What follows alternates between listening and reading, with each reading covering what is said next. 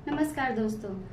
तो आज से हमारा पितृपक्ष शुरू हो गया है और आज चंद्र ग्रहण भी है और पूर्णिमा भी है। ग्रहण ऑब्वियसली पूर्णिमा में ही लगती है। तो आज के दिन जो ग्रहण लगता है, तो ग्रहण की आज की तिथि मैं आप लोगों को बताना चाह रही थी कि सूतक काल क्या होता है, सूतक काल में क्या निषेध है, क्या वर्जित है। तो आज जो है रात में ग्रहण लग रहा है, लेकिन 3 घंटे का ग्रहण है, बहुत लंबे टाइप का ग्रहण है। और सूतक काल 12:57 दोपहर से रात के 1:26 तक है। इसको सूतक काल कहते हैं। लेकिन जो रोगी हैं, वृद्ध हैं या फिर बच्चे हैं, उनके लिए सूतक काल का थोड़ा सा लिबर्टी दी जाती है शास्त्रों में भी।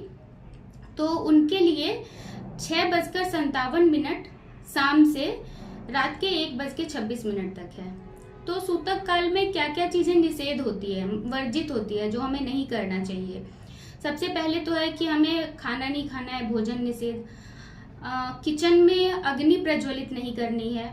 उसके बाद हमें बालों में तेल नहीं लगाना है। शाम में हमें पार्टी नहीं करनी है। संडे है, आई नो, बट पार्टी नहीं करनी चाहिए। उसके बाद कोई भी नई चीज की अगर आप शुरुआत करना चाह रहे हैं तो वो भी नहीं करना है। और आज से पितृपक्ष भी शुरू है। तो पितृपक्ष जो लोग भी करते हैं, फॉलो करते हैं, उनके लिए भी आज से सब कुछ नॉनवेज निषेध होगा। मांसाहार नहीं करना है। वैसे तो मांसाहार नहीं करना चाहिए वैसे भी, लेकिन जो लोग मांसाहार करते हैं वो भी इस समय पर वर्जित करें तो बेहतर होगा पितृपक्ष में। और जिन लोगों को ये बहुत ज्यादा टफ लग रहा है कि इतना कुछ करना है, निषेध करना है, ये करना है, वो करना है, तो उनके लिए मैं बस एक ही बात कहूंगी, आत्मा रक्षितो धर्मः। आत्मा की रक्षा करते हुए जो हम करते हैं वही धर्म है। और दूसरा, यथाशक्ति तथा भक्ति। आप में जितनी शक्ति हो, आप जितना कुछ कर सकते हैं उतना ही करें। मन को मार के कोई भी काम वैसे भी सफल नहीं होता है। दोस्तों, वैसे तो जो ग्रहण होता है, सूर्य ग्रहण या चंद्र ग्रहण, दोनों ही एक खगोलीय घटना है। लेकिन हमारे शास्त्रों में जो ग्रहण है उसके पीछे एक कहानी है।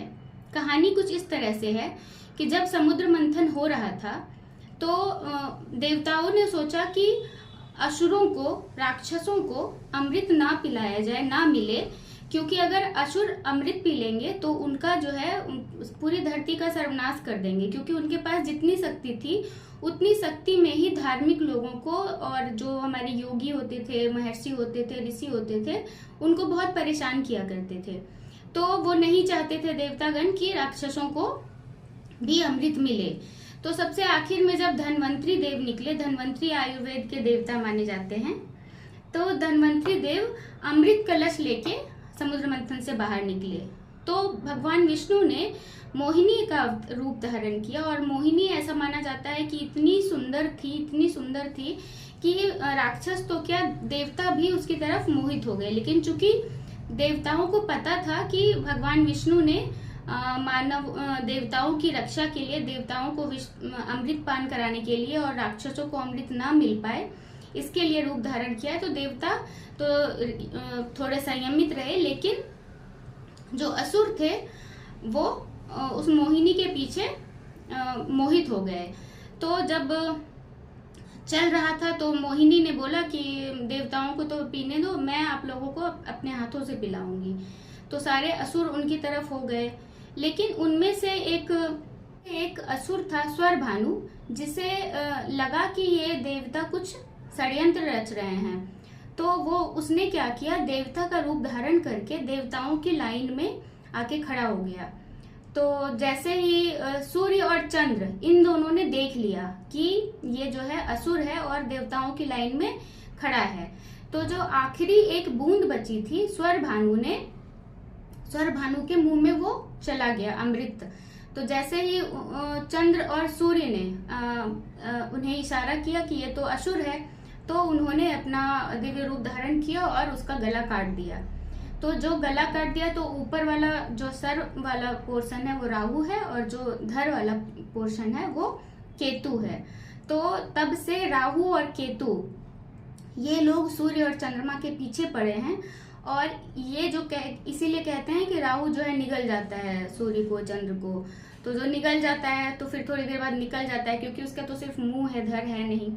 तो ऐसी मान्यता है कि चंद्र ग्रहण इसीलिए होती है क्योंकि राहु जो है और केतु दोनों जो है सूर्य और चंद्र के पीछे पड़े रहते हैं, उनको परेशान करते रहते हैं। अगर हम वैदिक एस्ट्रोलॉजी में देखते हैं तो उसमें भी देखते हैं कि राहु केतु जो है छाया ग्रह के रूप में मानी जाती है, और राहु केतु हमेशा ही परेशान करती रहती है। कुंडली में जहां भी बैठती है वो परेशानी ही देती है। तो आशा है आपको ये आज की कहानी पसंद आई हो। पसंद आए तो लाइक कीजिए। धन्यवाद। और दोस्तों एक बात मैं बताना भूल गई तो एक्चुअली जब सूतक काल रात में जैसे 1:26 पे ख़त्म होता है तो हमें ग्रहण के तुरंत बाद जरूर नहाना चाहिए फर्स्ट। और जैसे सूतक काल 12:57 दोपहर से शुरू हो जाएगा, तो हमें उस समय के बाद सारे आप देखते हैं मंदिर के पट बंद हो जाते हैं, तो हमें भी अपने घर में भगवान को ये कर देना चाहिए, दरवाज़ा बंद कर देना चाहिए, या पर्दा है तो पर्दा गिरा दें। और वैसे रात में 1:26 पे नहाना थोड़ा सा लगता है, लेकिन हमें नहा लेना चाहिए, अच्छा रहता है। लेकिन फिर मैंने कहा ना, यथाशक्ति तथा भक्ति, तो आप वो कर सकते हैं। और जो भी भोजन है सूतक काल के बाद अगर आप उसे ग्रहण करना चाहते हैं तो उस भोजन में आप कुश डाल दें। कुश के पत्ते मिलते हैं, कुश आपको पूजा के स्थान पे, जहाँ पे पूजा की सामग्री मिलती है वहाँ पे मिल जाएगी।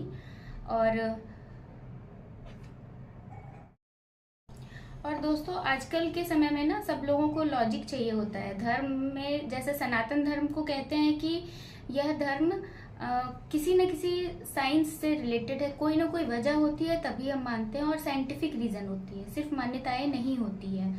तो सूतक काल के बाद खाना इसलिए मना किया जाता है क्योंकि ऐसा माना जाता है, या फिर साइंटिफिकली प्रूव्ड है कि सूतक काल जो ग्रहण का समय होता है, ग्रहण के पहले का, उस समय और ग्रहण के समय पे जो एंटी माइक्रोबियल प्रॉपर्टीज होते हैं ना, वो बहुत ज़्यादा रेप्लिकेट होते हैं।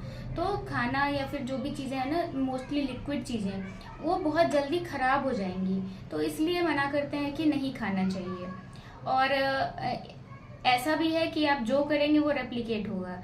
तो ऐसे समय में इसलिए बोलते हैं कि भगवान का जाप कीजिए, क्योंकि अब भगवान का एक माला की जाप करते हैं आपको रेप्लिकेट डबल हो जाएगा, मतलब बहुत फायदे मिलेंगे। और भक्ति कीजिए, अच्छे अच्छे विचार लाइए, तो अच्छे अच्छे विचार भी आपके सब कुछ मतलब मल्टीप्लाई सब चीज़ें होती है। तो ऐसे समय में जब माहौल वातावरण वैसा हो तो उस समय में हमें अच्छी अच्छी बातें करनी चाहिए। इसलिए हमें ये राय दी जाती है कि हमें भागवत कथा या फिर भागवत गीता का